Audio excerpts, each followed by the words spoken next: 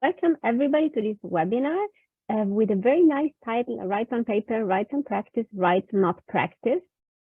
We will focus in this webinar on individual rights in de facto states, such as in Kosovo, in Abkhazia, Transnistria, in Taiwan, but we will also focus on migrants' political rights in the Global South.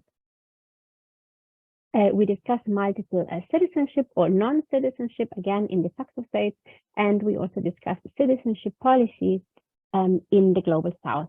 This webinar is part of the series Diversity Matters of the research group Migrations and Diversities here at EURAC Research, which is a private research center in the north of Italy, and we work on a number of issues related to diversity governance very broadly.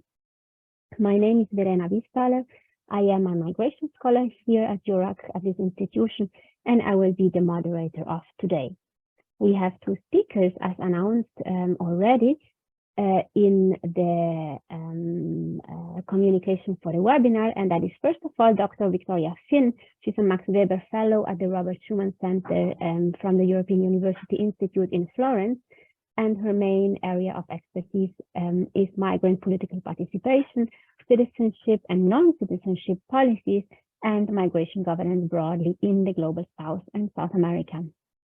And we have the second speaker, that is Ramesh Ganohariti from Dublin City University.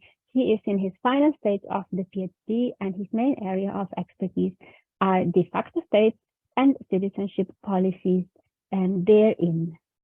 We will start our presentations of today with Vicky, and then we follow with Ramesh. And last but not least, there's a Q&A session which is open to everybody and where we invite you to comment and ask questions. So please feel free to post your questions in the Q&A session, and I will then read them out to the speakers, or the speakers will react directly. So with further ado, I give the floor to Vicky. Vicky, please. Great. Thank you so much for that introduction, Verena, and thank you for the invitation to present as part of this webinar series. And thanks, Ramesh, for joining us as well. I'll just share my screen.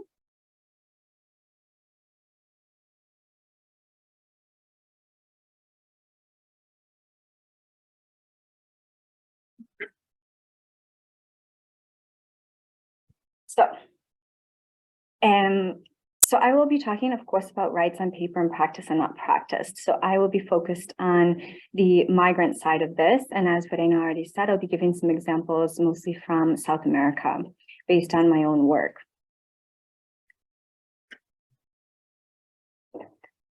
So basically, there will be two parts: about getting rights and then about exercising rights. So I'm very much focused on the individual level, so talking about individual people. And in this case, I'm going to be using examples from migrant voting. So the first step is enfranchisement, and then exercising the rights as in voting. So to put these two together with the focus of the webinar, basically on paper will be the voting rights in law. And this is usually constitutional law, and it can be at all different levels, which I'll take you through. And then in practice is easy to understand it as access to registering and to voting. And then not practiced, I'm going to differentiate between abstention versus prevention. So starting with the first one on paper, migrant enfranchisement is the legal process of granting immigrants and/or emigrants the right to vote. And this could be voting in local elections, regional elections, national elections, a combination. Certain groups may be included, whereas other groups are not. And to complete this process of enfranchisement, to gaining voting rights, there are three basic legal steps: enactment, regulation, and application. And these three steps you can find in Paulo Garcia and Pedrosa's work, cited here. And then the reason overall that connects the immigrants with a country would be through residence, the legal status of having some kind of immigrant status. Whereas for immigrants or those abroad, it's through nationality. Holding the nationality of that country connects it to the territory, and that would be the legal link. And again, while I'm focused on voting the whole time, many of these processes are also for political rights in general and all kinds of other rights. So basically, where has this happened? So migrant enfranchisement has slowly spread throughout almost the entire world. So this is a rough idea. It is new data. So this is forthcoming, and you'll be able to play with the map. So this is a map from 2021. But when the database comes out, you'll be able to actually go and look at, for example, in the 1960s, it was about empty. And then in the 1990s, really took off. So what we're looking at here with the lines, these countries have no immigrant or emigrant voting rights on paper. The blue is countries that offer both immigrants and emigrants the right to vote. I'll make two caveats here. And notice that in federal countries, like Switzerland, Germany, the US are coded as blue in this data set, but that's only because some of these states or lando or cantons have passed the voting rights. So it doesn't necessarily mean it's the entire country. External, so nationals who live abroad can vote from abroad towards the origin country, and the ones that are, I guess, dark yellow, mustard color. And then those that offer only immigrant voting rights, so to foreign residents without naturalizing, are in purple. So as you can see, many countries offer external voting rights because it's the blue and the yellow together. And whereas a lot of times the focus tends to be on North America or in Europe, as you can see, South America is very inclusive when it comes to migrant voting rights. So this is where I have done all of my fieldwork and my specialty lies. So this is why I'll be taking examples from this area. So moving on to practice. So obviously the most important thing after getting rights is to actually use them. Are they really available for people to access? So I want to break down the in practice. So a lot of times we see a distinction only between on paper and in practice, and then the so-called gap. But how do we actually study that? For voting, there would be at least 3 parts of logistics that are very important. Registering, voting, and then counting the votes. So there are many different modalities that these can take. Registering could be before every single election or just once, and then someone is on an electoral list forever. Registering and voting can be in person or online or through the post. And then counting the votes for those abroad would be a new constituency of all nationals abroad. It could be the last residents in the origin country. There are different ways to do each of these logistical steps. So in my work and in this presentation today, because it's about rights and accessing rights, I just want to underline the importance of all of these logistical steps and legal steps, because each one offers multiple ways to encourage or discourage or deter or block participation, which is clearly important when we're studying rights and participation. So I give an example here of putting the rights on paper and rights in practice, how to link those in our studies as scholars. So I look to this recent publication of mine with my co-author Andres Reyes about Mexico allowing rights, but then using, as I said, these logistical steps to make it really difficult to register and vote. And the point of doing that, which many of the other regimes have also done, is to deter participation. But in this paper, we say, okay, well, over the last 10, 15 years, there have been slow legal steps to make it easier to register and vote. As democracy develops, as old the PRI regime kind of has faded out, there are different motives to wanting people to participate. And basically looking at institutional and legal changes, in fact, it's not enough that it will automatically, making institutional barriers easier will not automatically increase participation. There are many reasons why this could be, and we kind of dive into it in the Mexican case in this paper. And so if we're talking about participation and we're looking at participation in practice, how do we actually look at turnout? So I have suggested in other work of mine in 2020, kind of a categorization of different terms that we can use. So I offered this typology, which some of you may have seen. So basically, with the expansion of rights, as we saw on the map over the last, especially 30 years, more and more people have the opportunity to participate in politics in more than one polity, so across international borders. And this creates four categories. So this covers all the categories. If you can true transnational voting. And again, this could be for all kinds of, it could be for integration or other participation or access to other rights. You will still have these four choices. Voting in just one country will result in either immigrant or emigrant. Again, as we saw, kind of what is allowed where on the map. And then if one holds rights on paper but does not practice them, it could be abstention, but it could be something else, which I'll talk about at the end of the presentation. But here we have the three types of active migrant voting. So for this is the rights in practice are these three, and the rights not practice is the last quadrant. So what I've done over the past couple of years is asked why people are in one of these quadrants. So the migrants who do participate, why is that? And why is it in one country or the other or in both? And the easiest way that I have thought to do this is just ask migrants their reasons for turnout. Of course, measuring other variables and other profiles, but basically getting at the motives or the reasons and talking through what actually motivates people to participate in politics.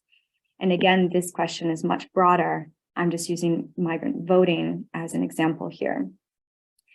So the main reasons that I found that the actual access and use of exercising these rights are basically, the core reasons could be ties to people in place and interest in politics.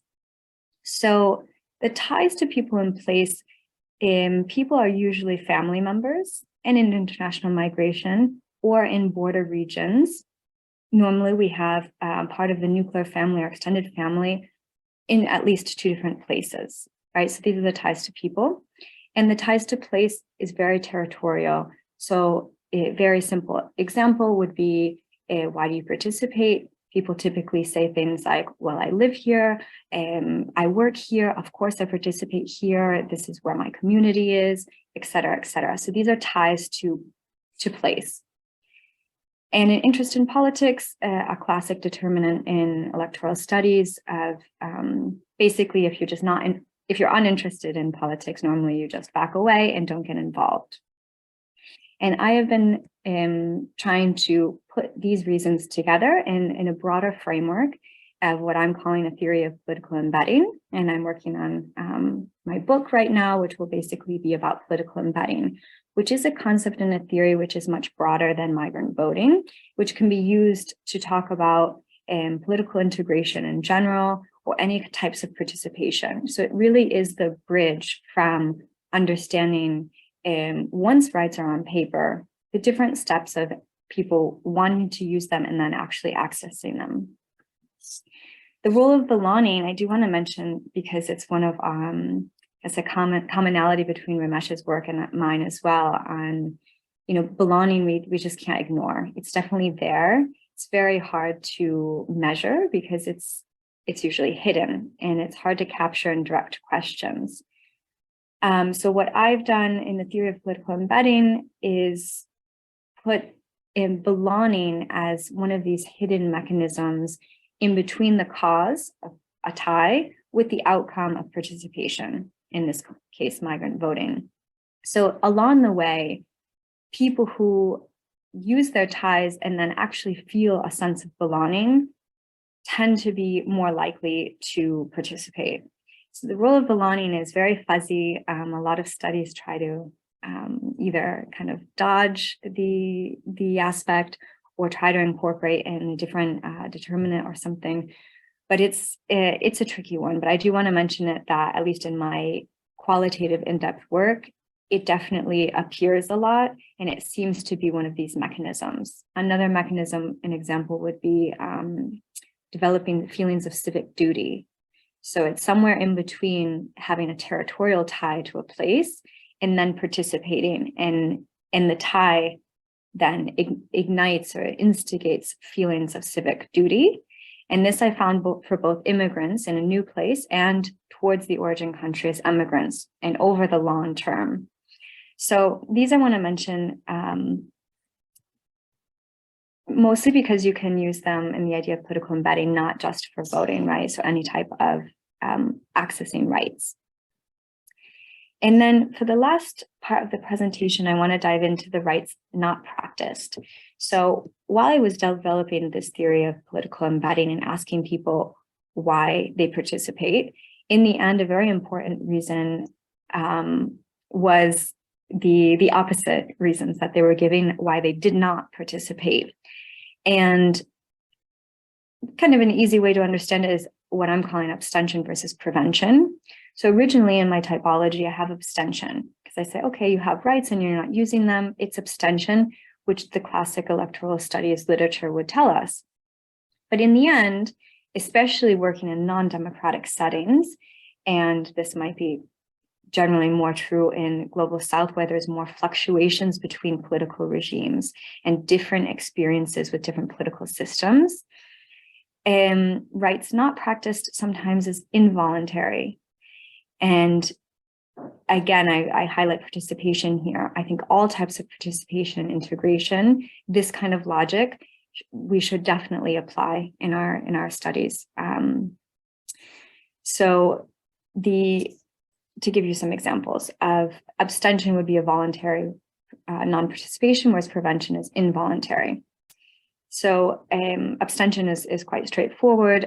Typically people disengage because they're either not interested, or in migrants' case, maybe a lack of ties.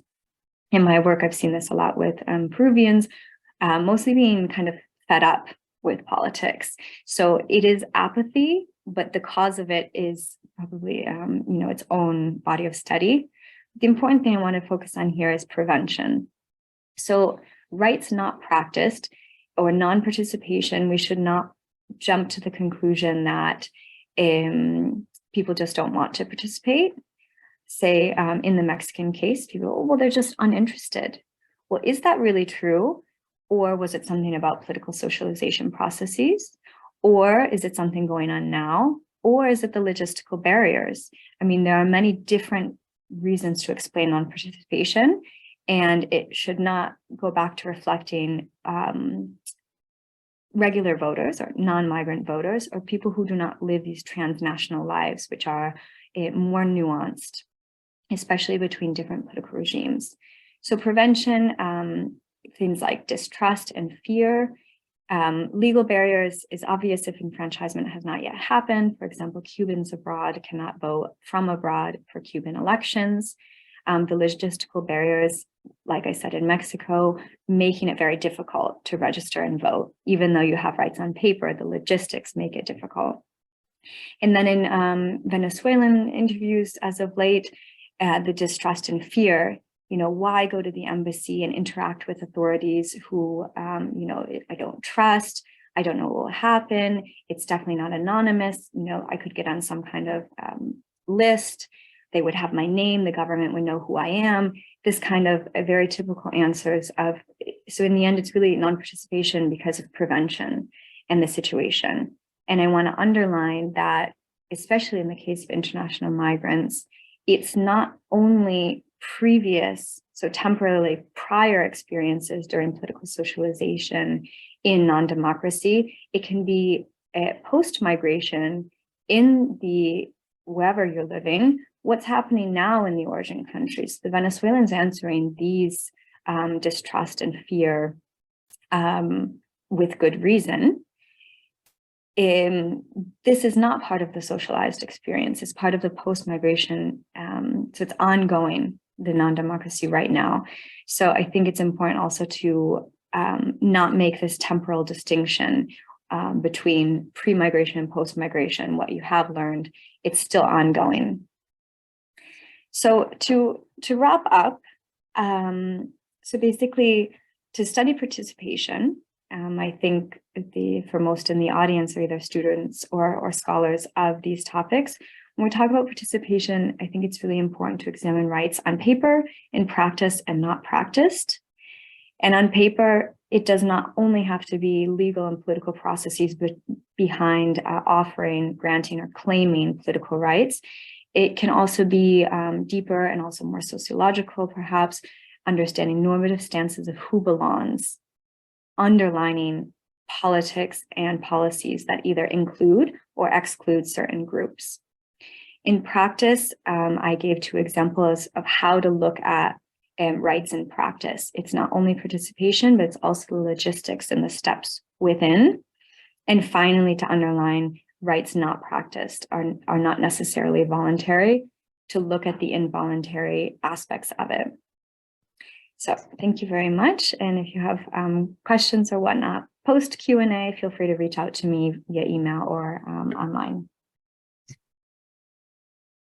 Thank you very much, Vicky, for this very fascinating presentation. If there are immediate questions, you can post them in the Q&A session. And in the meantime, we continue with the presentation of Ramesh. As I said, Ramesh Ganohariti, he's a PhD researcher at the School of Law and Government at Dublin City University, and he will talk to us about citizenship policies and the use of citizenship or multiple citizenship in contested territories or de facto states. Ramesh, the floor is yours. All right, perfect. Thank you for having me. And yeah, thank you for giving the opportunity to share some of my work on citizenship and sovereignty. I have, sorry, Ramesh, the volume is very low on your voice. Is it just me, Verena?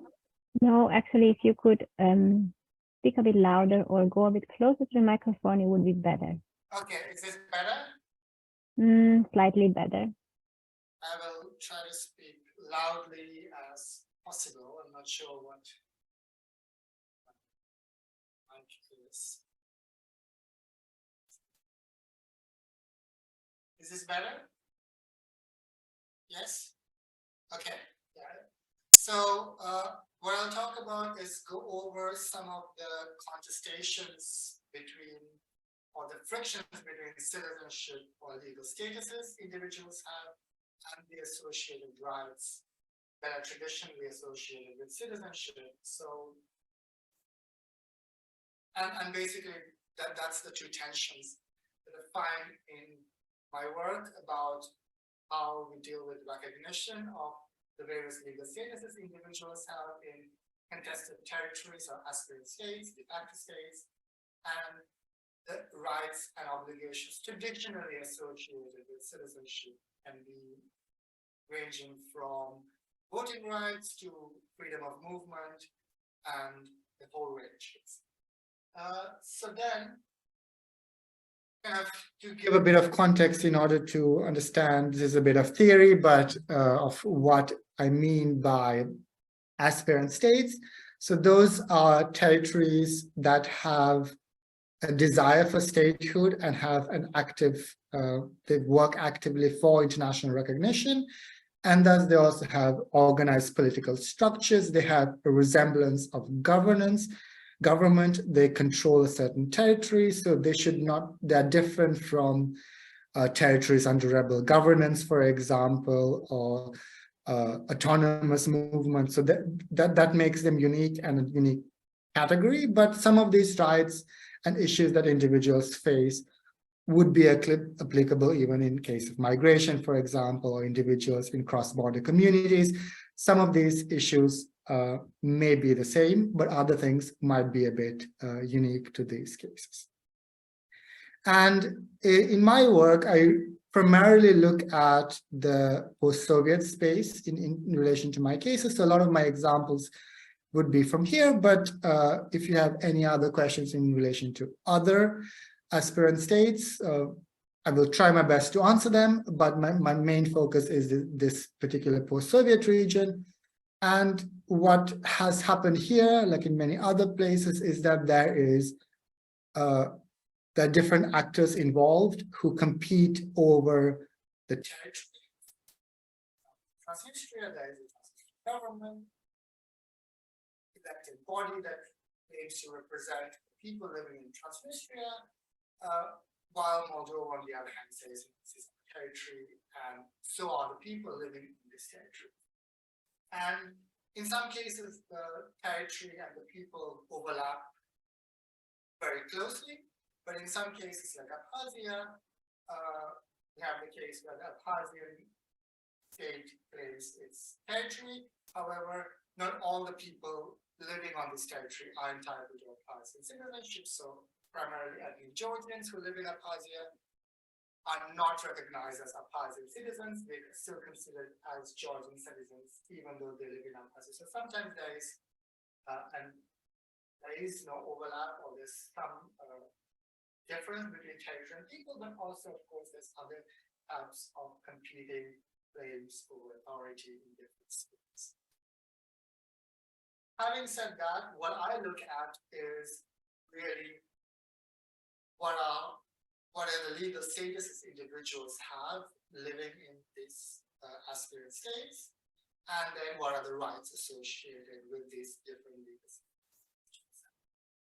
So most of these places, and this is not all of them in this image that you see, are aspirant states, but many of them, like Ossetia, Abkhazia, Transnistria, Northern Cyprus, Kosovo, have their own defined citizenry. So they have their citizenship legislation, citizenship law, which clearly defines who belongs, and because of this belonging, who gains this specific set of rights traditionally associated with citizenship, right to enter and leave your country, voting, and so on, economic participation, social rights, and the like.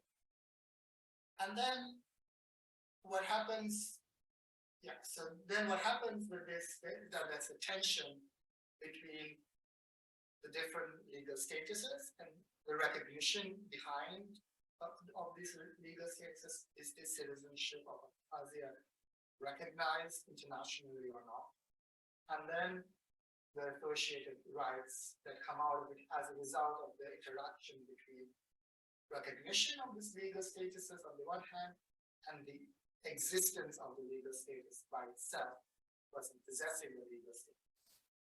And the identity part, which I will not go into detail, but there's an identity dimension as well. And then what we see is, when we look at the numbers and the data, is that we clearly see that recognition of statehood and recognition of legal documents, legal identity, in this case, easiest one is to look at passport, does not always correlate. So the best example is really of Taiwan, recognized by about 14 states, but its passport internationally is recognized as a valid travel document. Individuals can use it, just like someone having an Italian or Dutch passport to travel internationally, and then there are certain rights associated with it, but in certain cases there are issues. For example, who has the right to access as diplomatic protection? So Taiwan, generally, if you're a law-abiding individual, you will really have no issue.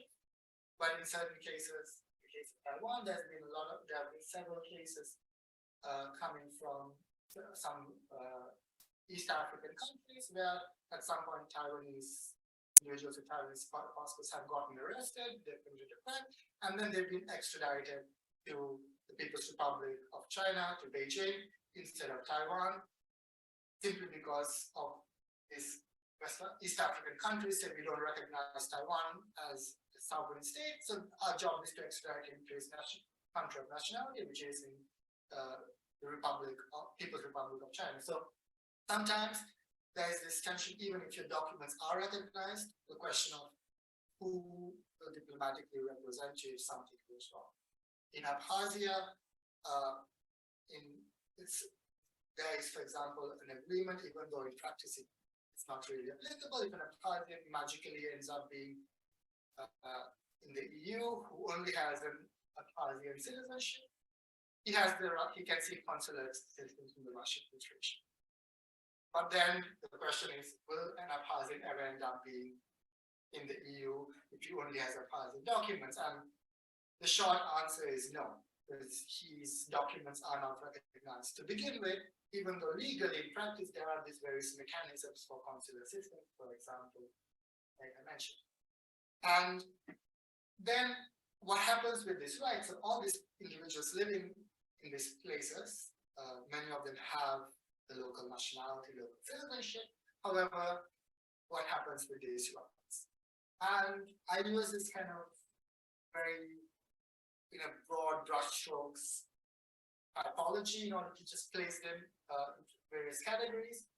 It's important to recognize that there is the quality of nationality, and this comes from the research by Dmitry Kochinov on the quality of nationality index, where it's important to differentiate between internal rights or internal functionality of citizenship and external functionality of citizenship, because they are vastly different between these different aspirant states, but also between recognized states as well.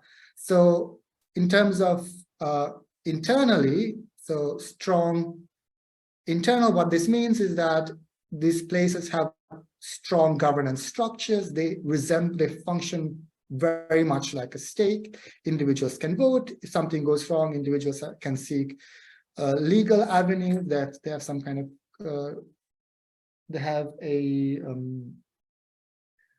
constitutional court that they can go to. And because of this, I say that they have a lot of internal rights, traditionally associated with citizenship, pension rights, etc. However, externally, what happens is because of the general non-recognition of statehood, but also of the legal identity documents and passports of these places, some of them have weak external rights. So with an Nagorno-Karabakh passport, you can only travel to Armenia. Somaliland passport, only a few countries. So in that sense, these rights externally are non-existent, even though theoretically they exist on paper from the perspective of these aspirant states. And then what happens is, because of this non-recognition, individuals in many places are compelled to acquire a citizenship of a recognized country or a compensatory citizenship. And as a result of this, they have multiple citizenships and they get linked to different legal regimes, you can call it that. And by doing so, looking at rights, individuals tend to compound their rights. So because of a lack of, maybe internally within Abkhazia, I can exercise everything I want. I don't really need to have citizenship, but because I cannot go abroad and study in another country, I will acquire this Russian passport in order to compensate for the lack of my primary dominant citizenship. And then with the case of Eastern Europe, the most kind of common thing is Russian citizenship that's most widespread, and that's the issue of passportization. And many people in these places have a Russian citizenship or another citizenship for that matter. However, what happens here is also not everyone recognizes these Russian citizenships as valid documents, but also they question the existence of this Russian citizenship in itself. And because of this, what happens is there is a multiplicity of legal statuses, but also rights. So many have voluntarily acquired another citizenship, and however, in the hopes of getting their rights, expanding their rights, but because of non-recognition, such as, for example, the EU recently, after the Ukraine war started, many of the EU countries said basically we're not going to recognize any passports or documents issued in these territories. So then, again, their rights, theoretically, they're Russian citizens, legally they're Russian citizens, but then again, they cannot exercise Russian citizenship rights on the same part of someone who has Russian citizenship in Moscow and resides in Moscow. And thirdly, which has another this theoretical versus rights based, is that because Georgia and Moldova claim these territories to be their own, they just generally extend the right citizenships to these people living there. Either they say they automatically say these people are citizens, or they say they have a right to the citizenship. However, in Georgia, this is widely rejected. And then again, Georgia might say, oh, these are all, in the rhetoric is, these are all our citizens, but then they actually have no Georgian documents or anything to prove it. So they cannot really exercise any of their rights, even though it exists on paper. Moldova, people are more acceptant of, Transnistrians are more accepted of Moldovan documents. So then, just to wrap up, and I'm mindful of the time, is that there is two things that I want to kind of cover. Is firstly kind of looking at more broadly what these people living in aspirant states say, and when they talk about, and this relates to identity dimension as well, about the rights and associated with it, is that even though that there may be certain rights are restricted and infringed, they do not recognize the fact, they do not regard it as if their citizenship is less than a citizenship. So even though their rights are restricted, they say that we are still full citizens, we behave like any other country, and also recognition doesn't really matter to us.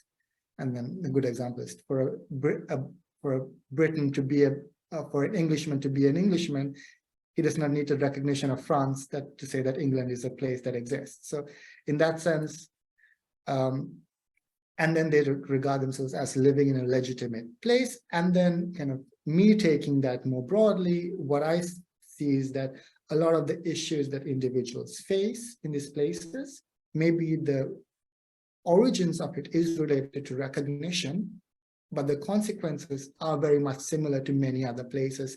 Individuals living with less powerful passports from the so-called global south, it's still the same issues that face in lack of mobility, lack of even maybe social rights in certain instances, because the government is not strong enough for that matter. So in that sense, there is that normalization or that discourse that's happening. We are just like any other state with its problems and benefits and advantages. And thus what happens is, overall in summary, there is a competing claims over territory, people, and authority. And because of this, individuals possess multiple legal statuses and then end up experiencing and navigating these different citizenships to help them to benefit to their own advantage. So this compounding of rights that exists by having a compensatory citizenship. An Abkhazian can visit Russia with an Abkhaz passport, but in order to, if he wants to go to Turkey, he has to rely on this Russian citizenship that he has. So depending on the situation, he utilizes different citizenships, and thus depending on the place and also the recognizing authority, individuals will behave differently and utilize different basket of rights. Thank you, and I'm going to wrap up with that. Thank you very much, Ramesh, for this also very topical talk on the question of de facto states and the post-Soviet states and how citizenship is distributed there and used there. So thank you very much also to Vicky again. So for the audience now, it's now time to ask questions or comment on the talk of Vicky and Ramesh. And to do so, please use the Q&A session. We will then see the questions and we will read them out loudly so that everybody can participate. So please use the Q&A panel, as I said.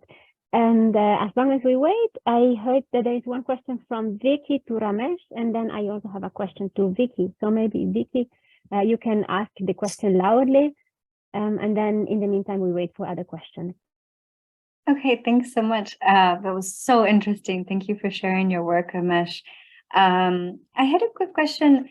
I mean, your work is extremely important, I think, in citizenship studies, but also at the intersection of other literatures.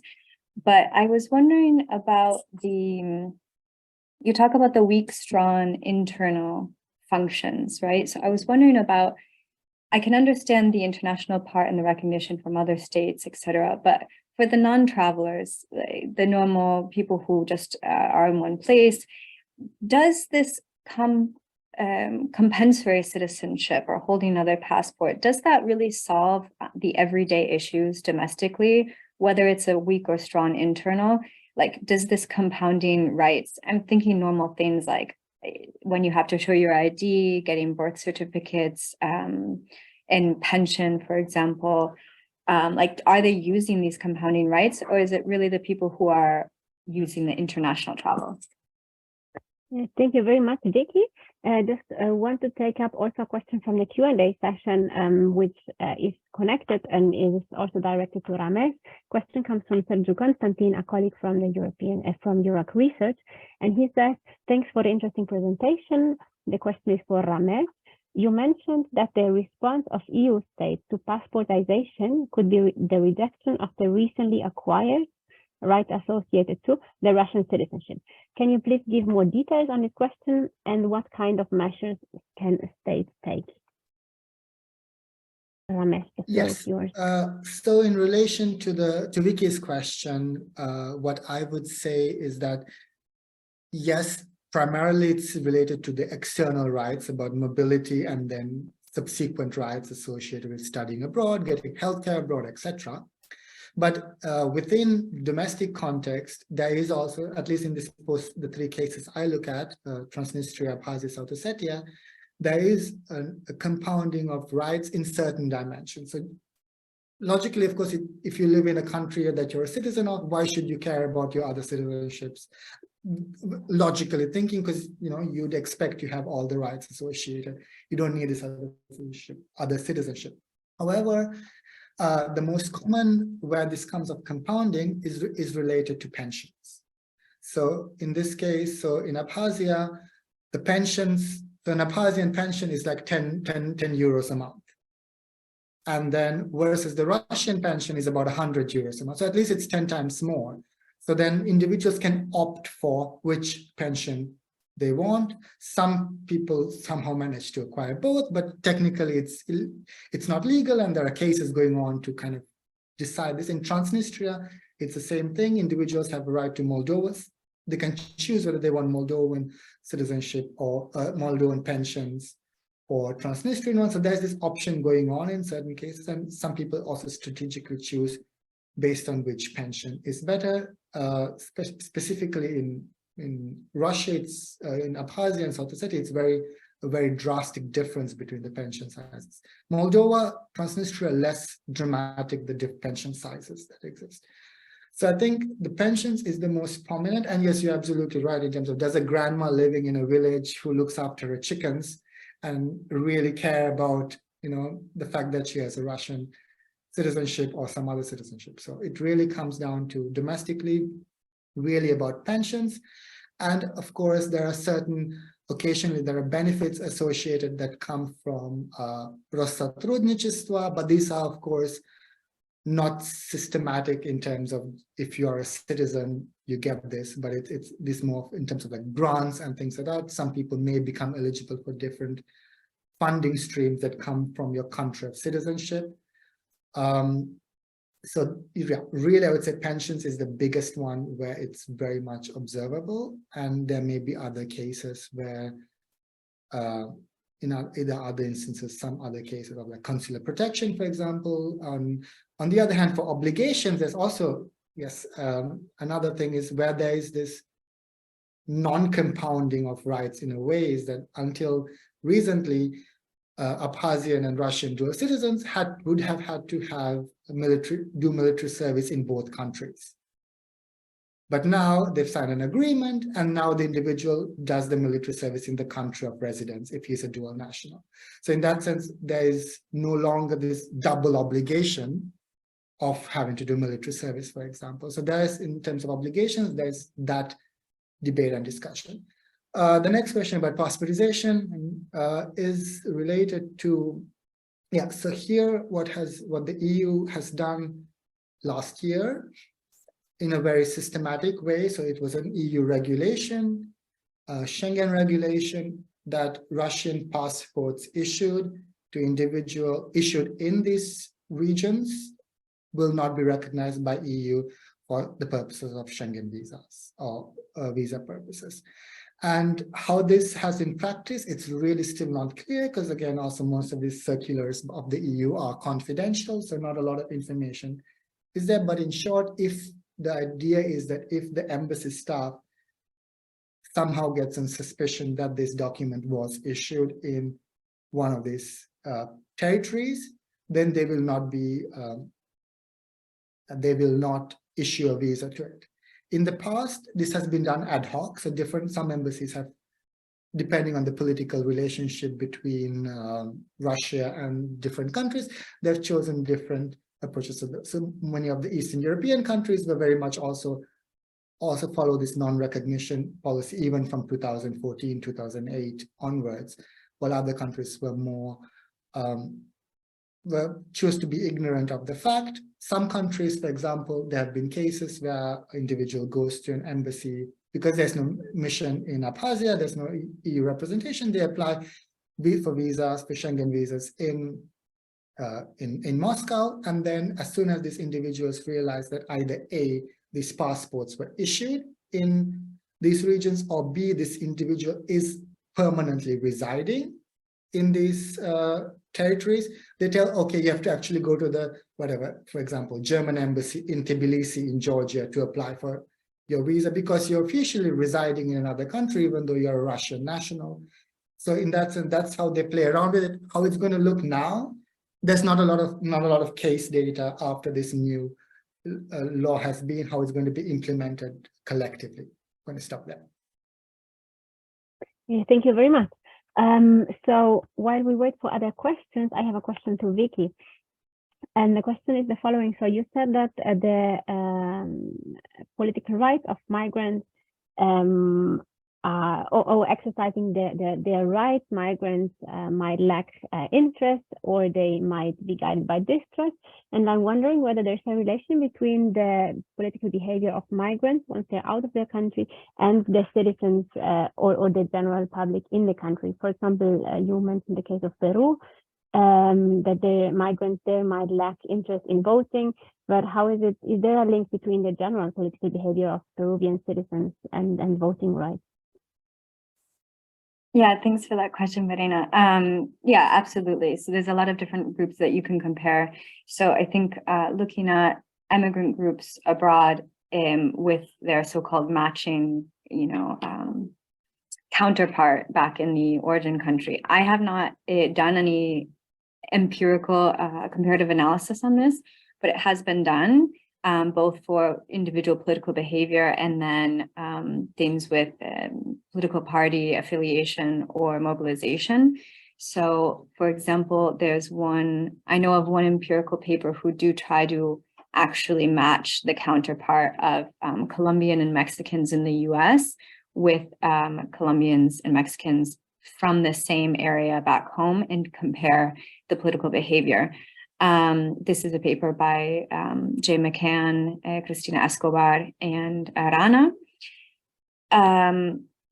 But I would say like a broad stroke answer would be it depends on if that lack of interest came from original political socialization. So if they were all living together and experiencing the same things, which would then push them to be uninterested, then I would expect in my hypothesis that the counterparts would have very similar political views. If it happened at a different time, they could no longer be like the left behind. The difference that I would point out too, when it's important to look at the political behavior also in the residence country in this case, because I would also expect that some Peruvians that maybe have apathy or a lack of uninterest in this case from prior experiences, then kind of an exposure theory would tell us that perhaps after time away from there, but in a different country, perhaps they would participate in the residence country. So this is a different set of literature about over time and changing political behavior, and they could end up becoming interested and participate in the residence country, and likely they would continue being uninterested in the origin country. So this also shows like very savvy political actors that distinguish between systems. There has been work on that to understand that they do reevaluate and take the political parties and politics and political system from separate, as don't assume that it's going to function the same way. So if, for example, they haven't given up on politics or politicians, for example, the Venezuelans in my presentation of still participate in the residence country because they know how they see democracy and want democracy to work. So it's important to look at both sides, but that would be a kind of broad stroke answer. Thank you very much. Let's see whether there are more questions, or whether there are other questions to Ramesh or to Vicky. No more questions. Then I have another question to Vicky, and that's the question of the perspective of the state. So you said that, well, you take the perspective of individual migrants, but can you say something about whether states, if they introduce barriers to exercising their right to vote, whether they target all migrants equally, or whether there are certain groups of migrants that are somehow excluded in a more obvious way, or that are included because they are the preferred migrants or something like this. Sorry, you cut out right in the middle and I didn't hear the core part of the question. On the state side, could you repeat just a little? Yeah, so the question was whether if you look at the states and when they introduce barriers to participation, whether states make differences between groups of migrants, or migrants from certain countries, or migrants with different legal status, etc. Perfect, thank you for repeating. Absolutely, most states most definitely have a very specific group of migrants in mind, whether that's in an image of who the immigrants are abroad or the immigrants in country. So taking them separately, let's say the immigrants in country, so foreign residents who are allowed to vote, I think here is the easiest example. Throughout the EU, it's well known that third country nationals do not gain local level voting rights, whereas other European nationals do if they live in another EU member state and claim residency. So this is, from normative literatures, this is deciding who belongs, and the image of a European belongs more, thus has gained certain rights. But this is true everywhere, and I think historically, pre-1990s wave of voting rights, in South America, a lot of the original introduction of immigrant voting rights had a very specific image of a white European man becoming part of the demos. And this image lasted for quite a long time, even after many other groups were already in the countries and were gaining rights. Cristina Escobar has written extensively on this. And then for immigrants, it could be very similar. Most states do not have very good profiles of the demographics of the immigrants who live abroad. So sometimes it's a guessing game, both for political parties and for states, to understand who's abroad. So even to think about who might register and turn out to vote is kind of political calculation that states and parties do. So I think that they do have an image in mind. And there's a great book that came out 2 years ago about political parties abroad as kind of a new space for campaigning by Kernelegen and Van Houten, if people are interested in that. Okay, thank you very much. So in the meantime, there is one more question, or actually two questions for Ramesh. Have you seen them, or I'll read them out loudly so that also the others can follow them? Joseph, I read them out loudly so the others can hear them as well. Thank you very much, Joseph. He says, thank you for both the interesting presentations. I would like to ask Ramesh about the material production process for the passports of aspirant states. Can I assume that these passports are produced in Russia? Does the process go out for tender? and in the case of other aspirant states like Somaliland or SADR. And overall, does the production of these passports work more or less in parallel with contracts and processes to produce legitimate or recognized passports? And then there's a second question by our colleague Andrea Carla for both speakers, and he asked, what's the role of macro narratives of inclusion by state and government in the enjoyment of rights? In other terms, do inclusive macro narratives improve how people feel they enjoy the rights, though in practice these rights might be limited? So let's start with Ramesh and then finish with Vicky.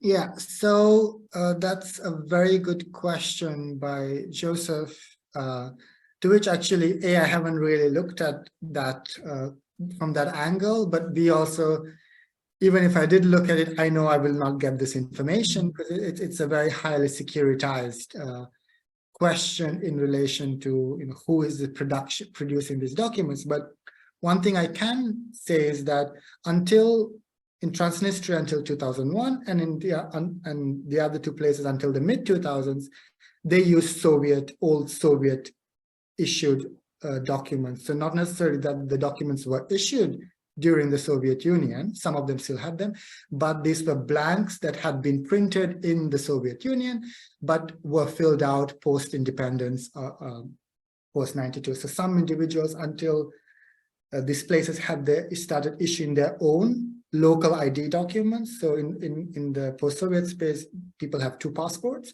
One is an internal passport, one is an external passport. So until the internal passports were produced, they had used Soviet documents existing and they had gotten it from various sources.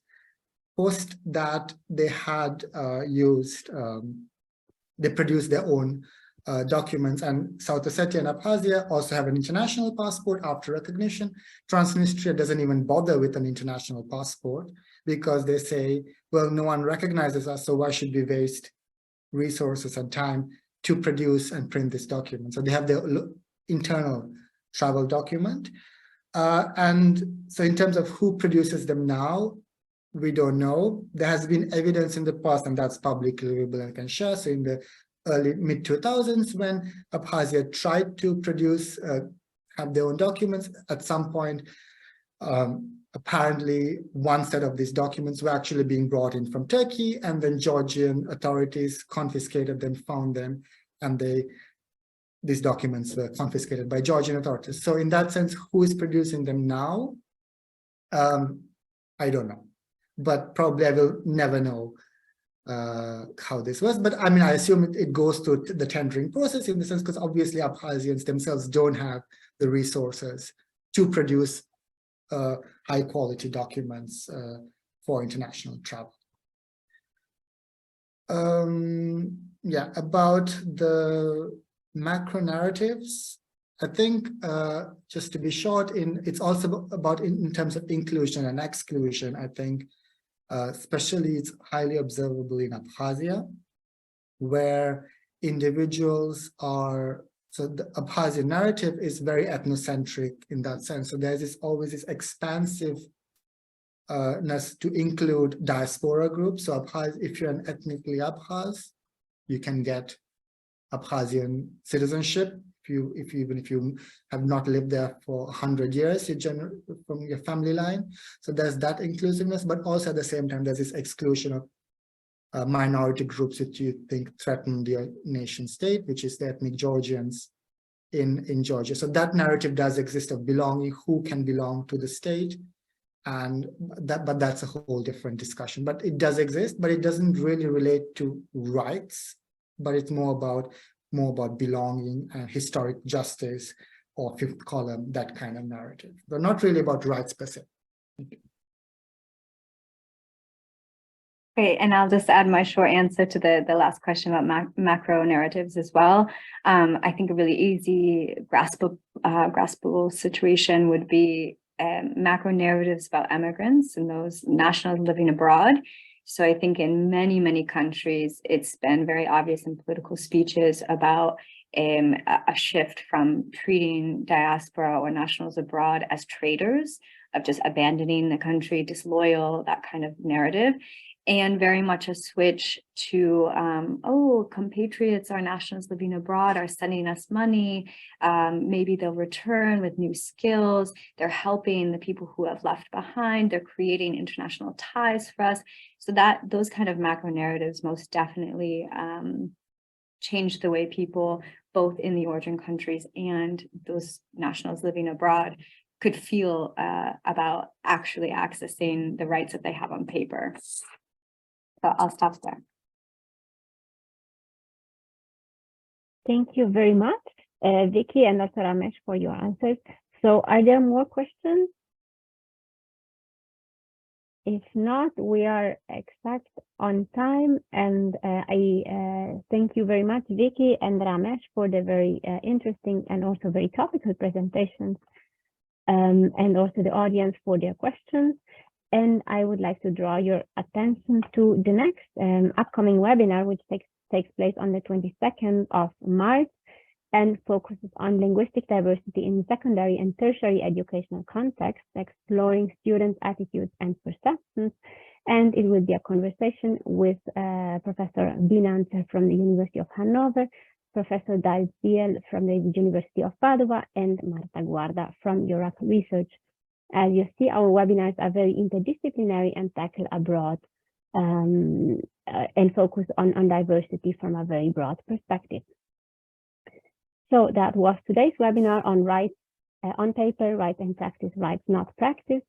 And I thank everybody for having joined us. And I wish you a nice afternoon. Thank you very much. Thanks so much to you, Verena. Thank you for sharing. Thank you very much.